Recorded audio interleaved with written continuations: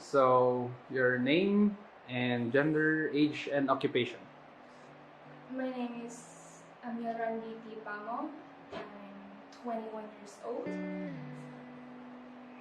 female and I'm currently employed in Scriptos Advertising Agency. My name is Reian Rey C. I am male, I'm 23, and I'm currently a sales and marketing specialist for Austrian institution. I am Monica Campos, 24 years old, and my occupation, I'm a medical representative at Viernes. I'm Marpol Peralta, 25 years old, part-time and also a student also. Marian Aurora, 24. As of now, examiner ako sa mga Koreans through phone or video. My name is Denver Jeremiah Versailles Eva. I am 24 years old. Occupation, as of the moment, wala pa. However, I take commissions for the Our Revival program. Vanille Ann Suyat, ESL teacher. Gilbert II Montecastro, 24. As of the moment, freelance. David Rivera. I'm 27, radio jock and content creation manager at Linkage Web Development. Ann Escanio. Age is 26. Currently, ako ay isang radio DJ and I'm also the station manager of 89.5 Star FM Baguio. For this job, it's mostly connections. Because one of our heads in the marketing position was my director before in Artesime under Blue Cup Productions. So he hired me here now that they're starting an agency of their own.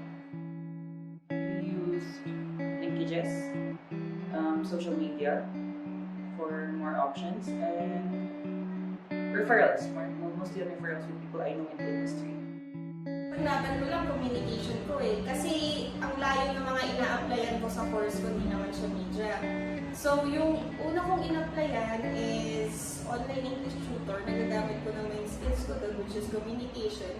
Second, sa Globe, ang ano kasi doon, sales and marketing. Wala naman talaga akong alam doon since natapos ko Basco. So, tinanggap nila ako kasi yung resume ko, inayos ko siya. Binase ko siya sa skills and abilities ng sales and marketing. Yun yung nilagay ko sa resume ko. Which is hindi naman totoo kasi wala talaga akong alam about sales. Inatap ko na lang yung skills nung nandun na ako mismo sa Globe. Nung na-hire na ako, inaral ko kung paano magbenta, kung ano yung strategies na ginagawa ng mga co-workers ko doon. So, yun, natuto rin naman ako. Communication also. Ano rin yun? Yun din yung maganda rin kasi pag once na sa Mascom, pag mayroon kang magaling ka mag-sales or magsalita, pwede mo siyang magamit din as a power para makapaghanap din. Ayun, first naghanap sa online, sa Facebook, yung mga pages, ganun. Tapos, recommendations of friends, ganyan, family. Ayun, basically yun lang naman. Tapos nagtanong-tanong din ako sa mga friends ko na may work din yun, kung anong pwede. Communication skills. Kasi I would say na yun ang pinaka na-develop sa akin dito sa Mascom, my communication skills, the way I speak, and how I present myself. So I use that as an advantage to seek jobs. Well, nowadays we have the access, like the social media and newspapers. Yeah, I was traditional. I looked for the available jobs on newspapers and social media strategies. I just tried to look for the job that I think I can do.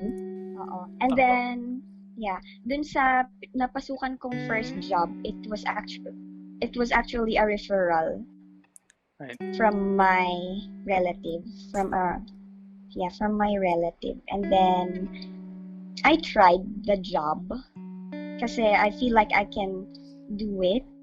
Locally, if you're just around the place, it's very easy to join groups na doing the creative work. If you want to pursue freelancing, no? If you want to, be flexible with your time, madaming avenues dito locally. And kahit sa kahit sa baba actually man, may ilan doon. Nag-outsource sila dito. So, very powerful ang online media kasi doon kayo magko-connect, kahit di kayo magkakilala. So let's say, sabihin natin sa Tarlac, kailangan namin ng videographer dito. Yun, may ka na. Pwede mo nang i-pitch yung sarili mo. So, yun. So yeah, first job was Radio Jocks K-Light. I was an intern 2013. That time kasi the DJ handling Power Play, which is still the show that I'm handling right now, he was about to leave. And I had plans to apply din naman sana noon after internship. Syempre, magpapabango ka kasi nga internship. And you want to apply to the same company after. Buti na lang, that happened. So they also saw my interest to become one of their radio jocks. So ayun, hindi ko na kailangan mag-apply. They already got me there. So ano pang gagawin ko, di ba? So that was my first job, 2013. Next job was when I was already graduate. Ito yung first real job ko na talagang nag-apply ako, ganyan. This was for Evolve Marketing Group. And the roles I did there was the same. If you ever heard of search engine optimization, content creation, writing, Content mga creation, ganon. yes. Opo. Yeah, those were my jobs then before at Evolve. I stayed there from 2015 to early 2017. So, tama ba? Oh yeah, tama. Early 2017. And then I had to move to another company kasi syempre sometimes you just don't see your potential grow in one company, so you find another place. So I went to Linkage, which is dito naman they already got me actually as a freelance writer for one of their websites muna kasi if you have heard of Pilipinas Popcorn, that's where I used to write freelance, so parang staff writer na paid by article basis. And since Linkage owns that online magazine, they also do web development, mga ganyan. And they also found out na ganun nga yung ginagawa ko sa previous job ko. So they told me to lipat ka na lang dito if you're moving din lang. So yun, I went to Linkage after Evolve, and until now I'm still there. Okay, so when I was applying pa lang na for Yes a po. job. Yes po, ma'am. Okay. Yeah, well, in the beginning, of course, usually kasi talaga, of course, you have to search online kasi ngayon nga, that was back in 2015. So talagang online ang strategy pagdating sa paghahanap ng trabaho ngayon. And I don't think parang madalang na lang pag walk-in Pero of course there's still walk-in diba? Pero usually you have to send your proposal or you have to send your application online. So that's what I did online then. And then that was in Manila. I actually applied in Manila. And then dito naman sa Star FM Baguio, I was actually invited by someone who was I was actually recommended by someone who was working here before. So that was the reason why I applied, and parang it wasn't really nasa plan, pero ayun nga, parang I was just recommended. So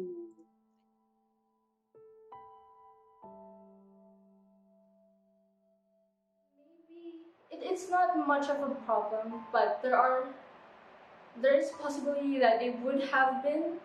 It's because I was a fresh graduate. I don't have a lot of experience because when I was in college, I was not employed or didn't have any outside activities unless it's for our university. Honestly, the basic requirements actually. Such as? The papers for SSS, for the DAR, because for my resume, not to brag, but I have no problems with my experience based on employability. Layo ng course ko dun sa ina-applyan ko, gaya nung after Globe, kasi 6 months lang ako dun After Globe, nag-a-apply na ako for MedRep. Ang main problem dun, napakalayo ng course ko sa ina-applyan ko. MedRep is medical or pharmaceutical, depende yun sa kung saan ka field mapupunta. And then ang course ko is mass comm. Yun laging tinatanong sa akin, bakit ka nag-a-apply as a medrep or bakit ka nag-a-apply sa medical field or pharmaceutical industry kung tapos mo communication? Sa trabaho, okay siya sa akin. Pero yung sa, sabi nga nung, yung salary din. Maliit. Kumbaga, kailangan din kasi ng yung maganda rin salary. Kaya kailangan mo rin mag-iba rin ng career path. Based sa experience ko, kasi since nag-aaral akong law, diba? So, ang hirap mag-apply ng work kasi, sorry. Kasi first of all, yung kalaban mo dyan is yung time. Kasi as a law student, as much as possible, you have to be full-time. Pero dahil nga, ang class lang naman is 5:30 to 7:30, 5:30 to 8:30, kasya pa naman mag-work. Pero kasi since nga yung workload is, hindi siya madali for a day.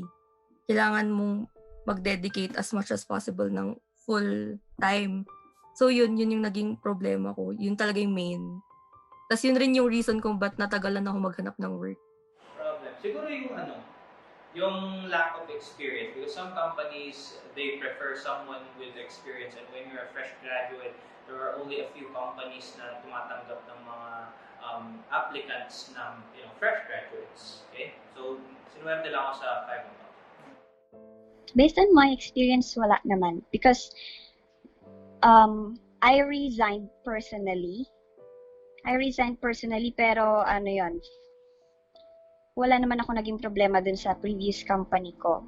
Because I resigned in my own free will to explore or to better grow for my career. Personal reasons, pero hindi naman siya problema.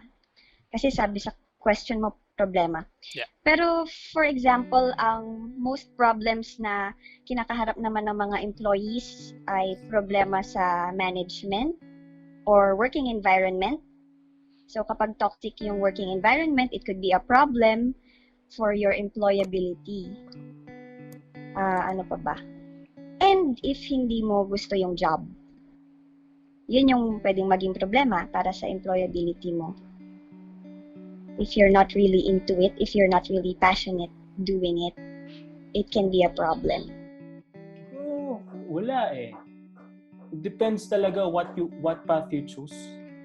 At the end of the day. Well, personally, I did not. So I didn't want any. Ayoko yung 9 to 5 na routine. Yes. So nabiyayaan naman ako na may mga projects. Actually, meron pa. Kasi after nun, meron pa akong isang parang phase 2 ng skill test eh.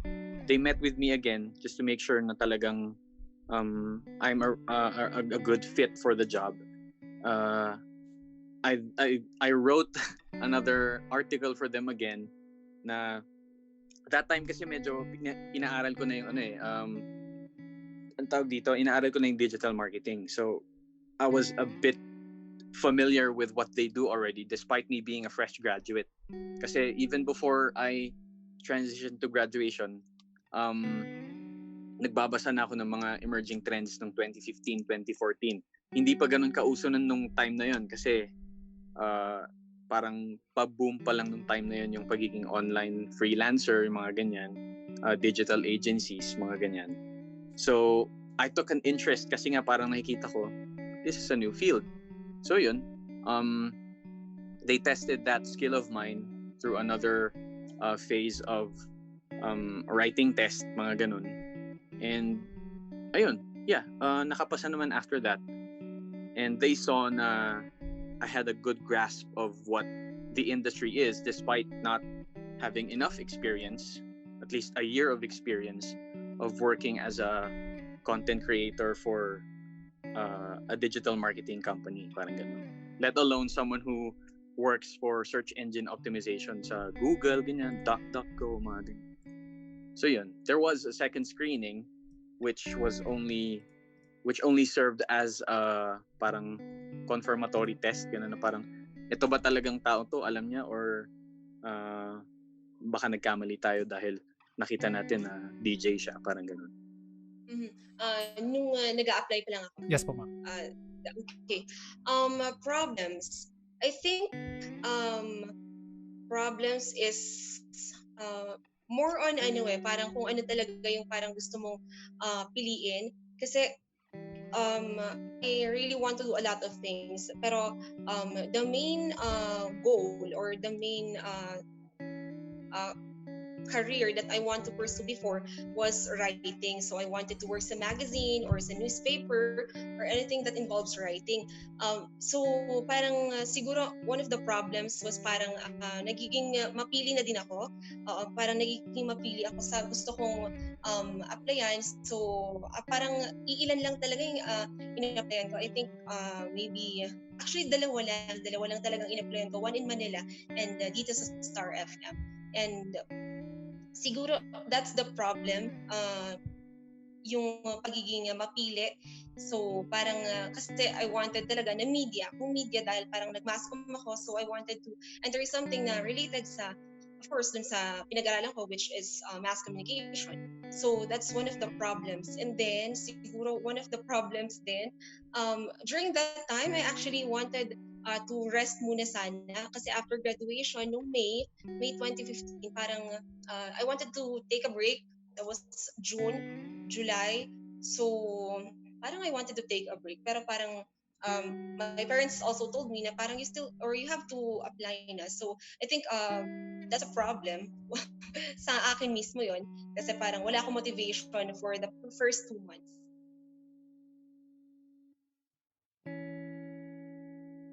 Yun lang. Kasi pag nakagraduate naman na kayo, huwag niyong pilitin na maghanap ng trabaho.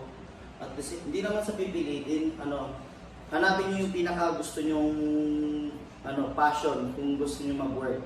Kung gusto mo maging mag-aral ulit, mag-aral ka. Kung gusto mo magtrabaho sa ganito, employ ka. Huwag mo lang huwag mong i-pressure yung sarili mo kung mga kaklase mo magaganda yung work nila as like nasa big industry na nasa media. Huwag mong i-compare sa sarili mo. Meron pa rin mga opportunities na darating para sa'yo.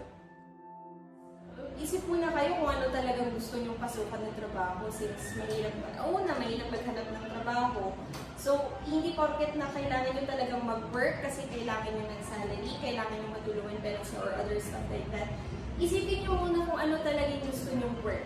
At saka kung example, gusto nyo ng media, tapos tingnan nyo rin yung salary range niya, kung masustain niya ba yung needs nyo, yung wants nyo, kung sa tingin nyo yung salary na yun, matutulungan niya ba yung family nyo, or mabubuhay niya ba yung sarili nyo, then go for it.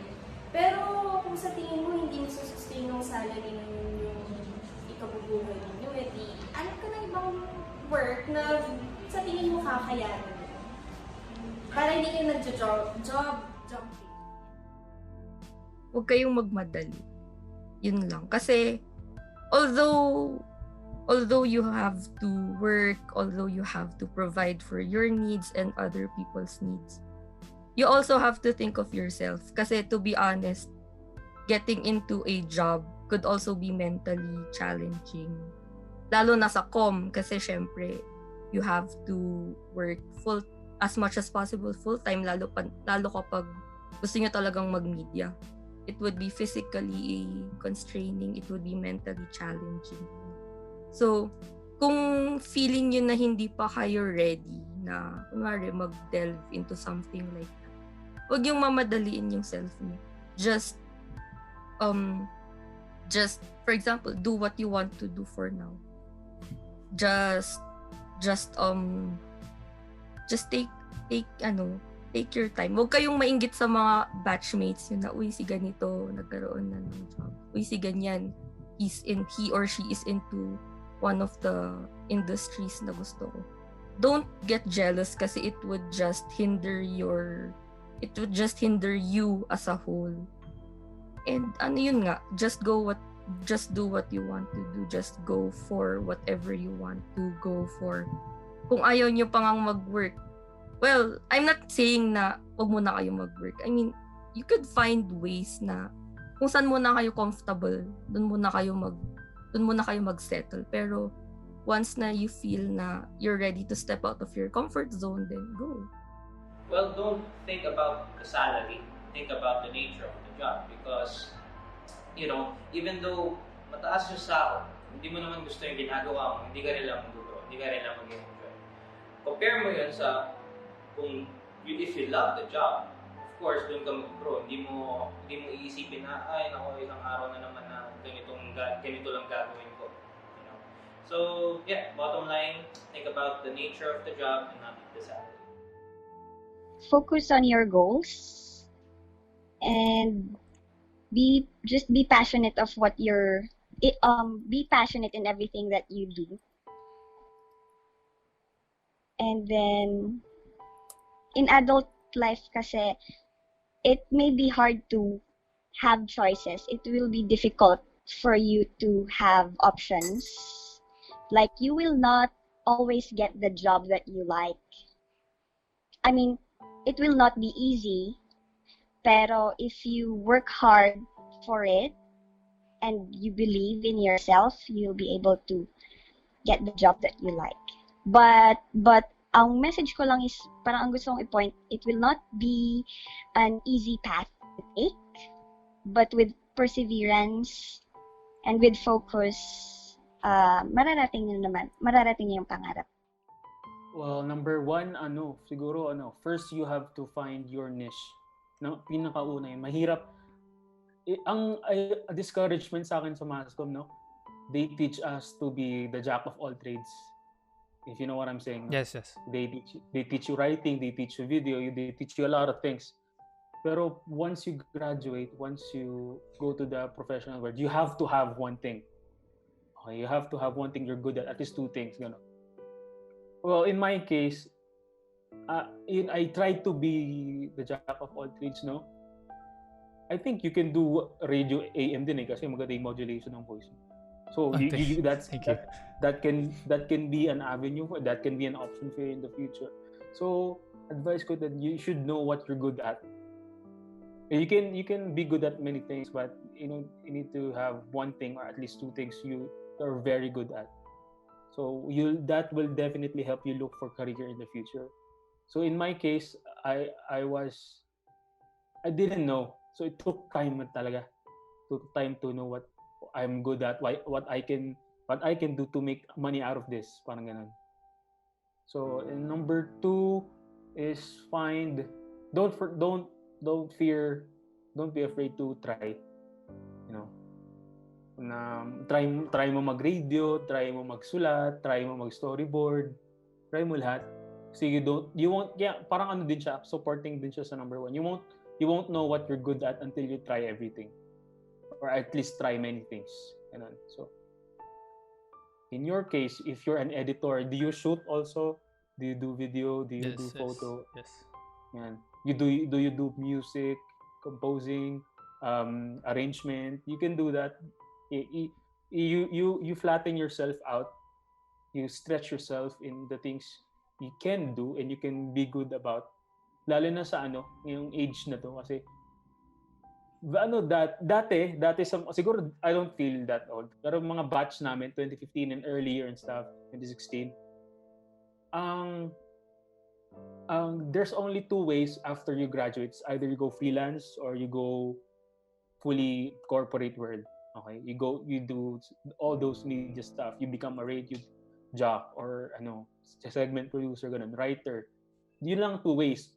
Or ang mostly ang unpleasant is yung out of your field of study. Yun lang yung medyo mahirap yung sketching. Pero ngayon sa age na to, ang dami ng avenue online. Hindi lang yung traditional na sinasabi ko na mag-TV kayo or hindi lang yung traditional na mag-freelance kayo. Kasi now you have options to go online. There's a lot of work online. Lalo na pag sa mga kabataan ngayon, nagbabago yung niche, nagbabago yung playing field, kumbaga. So, try nyo lahat yun. Try nyo lang lahat yun. Tapos, siguro ang final advice ko, when you graduate, try to be business-minded, okay? You try to have an income, another set of income stream, like what I said. Okay. Any specific field. Pero siguro start yun lang with media. First, to all the mass communication students, of course, dahil nag-masscom tayo, di ba? We all want na media talaga ang papasukan natin. But it's not really gonna be like that all the time. Kasi I know a lot of people, I know a lot of my batchmates is hindi naman talaga media yung napasukan. Pero may ilan din naman sa kanila na nagsasabi na okay lang kasi parang it was not really their first choice in the first place. So what I would say na lang siguro to all the students right now or to all mass comm students na nag-aral talaga, of course, dahil gusto nga nila media, is to just follow what you really want. And mahirap kasi pag pag meron yung parang pinilit ka sa isang bagay. For example, like what I said kanina, yung first or yung the job that na pinasukan ko, hindi ko naman talaga siya passion. So hindi ako nagtagal. Pero if you really love what you're doing, talagang magtatagal ka. And I can say na I'm here right now kasi mahal ko yung trabaho ko, and siguro dito ko din na-realize na you can do a lot of things. Actually, pag mass comm ka, ang dami mong kayang gawin, marami kang skills na pwedeng i-share sa mga tao. So, yun lang, parang siguro 'di ba yung mga mass comm students minsan this is true naman. May mga parang there's that I don't know, it's like a stereotype na sinasabi nila, nag-mass comm ka nga pero you're in the call center. Pero actually, ang call center, wala namang problema kung you're gonna go to call center, di ba? So, marangal na trabaho yon. Pero may mga iba kasi nagsasabi, parang yun yung stereotype na parang nag-mass comm siya pero nauwi siya sa call center. Dapat hindi ganun ang mindset. Kasi I know a lot of people na nag-mass comm and then nag-call center, and then after that, na-pursue din nila yung gusto nila. So, wala namang problema. If you don't get the job that you like on your first try, kasi may mga iba na they feel na they are not successful after, kasi parang of course fourth year students kayo, no? And then after graduation, you feel that there's so many possibilities na parang you're limitless. That was what I felt then nung nag-graduate ako. So I felt na parang madami talaga akong kayang gawin, which is totoo naman yun. Lahat tayo is capable tayo na kahit after graduation we can do anything, pero hindi pala siya ganun kadali. So siguro after graduation, if you don't get the job that you like, you don't give up, kasi hindi talaga siya ganun kadali. And I think part of that is talagang you just really have to pursue kung ano yung gusto mo. And small steps, hindi naman kailangan biglaan. Just because hindi mo pa nakukuha yung gusto mo after graduation, or even right now, for example, nag-graduate siya noong 2018, pero hanggang ngayon, hindi niya pa nakukuha yung gusto niyang trabaho.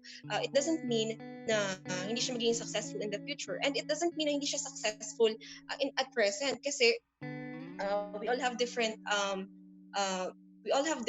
ways, or we have different parang success is not measured by that. So I think for me talaga, if you're really passionate, if you're basta, I think importante talaga na wag ka lang mag-give up, and wag kang mawawala ng tiwala sa sarili mo, lalo na pag hindi mo nakuha agad yung mga gusto mo. So, the first thing that I will tell you guys, especially kayo, kasi na kayo you're well entrenched na sa internet online. Alam nyo na yan. Kasi nung time namin, walang TikTok, walang may Instagram, may Facebook, Twitter, pero it's not something that you can make money off of that time. Parang sa amin, pastime lang yan, panggawa ng group chat, mga ganon.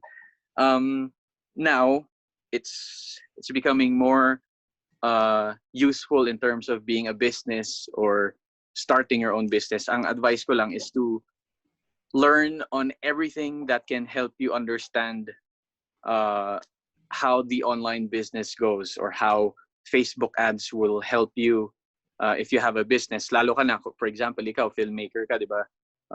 Syempre, maybe you're planning to start your own video production company, or do it on your own muna, di ba? Covering weddings, dun ka naman magsa-start or pag-edit ng mga music video ng mga independent artists, mga ganyan. Sa akin, that's not enough. The skills for video editing, it's important, pero it's not enough. Ang sa akin, it's important for you to know how to make money online that can help you supplement yung talent mo ng video editing, voice over, pagiging artista. Kung pogi ka, kung maganda ka, you can sell your face online, and you can be someone who you can be a brand that can help other brands as well. So the best thing to do is to read up on how digital marketing works, how you can write better, mga ganyan. Kasi it's a job that is on demand. Tingnan mo ngayon, maraming na-furlough ng mga workers, di ba? Kasi, bakit? Wala na, hindi importante yung trabaho nila ngayon eh. They're not frontliners. They're not delivery boys. Hindi sila rider. Hindi din sila hindi sila nag-work sa mga food industry, ganyan.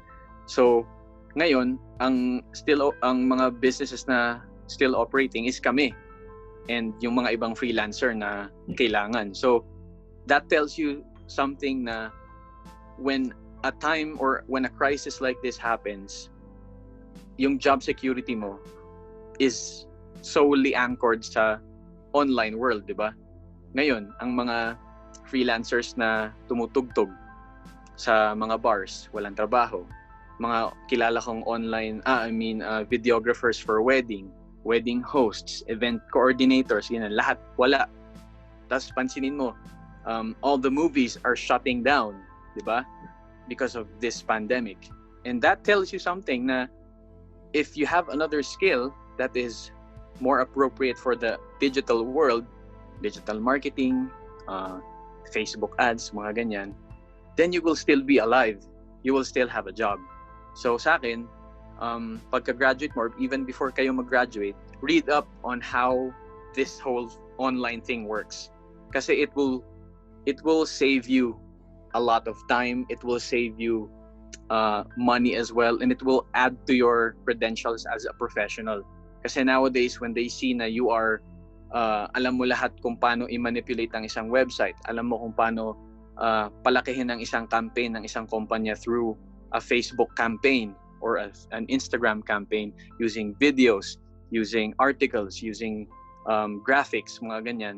If companies see that, then you are a high value a high value professional. So for me, that's the best advice I can give, because that's something that's more appropriate in these times na siguro kahit walang coronavirus, yun pa rin ang sasabihin ko, kasi you will always be afloat. And if you stop learning, you will be left behind.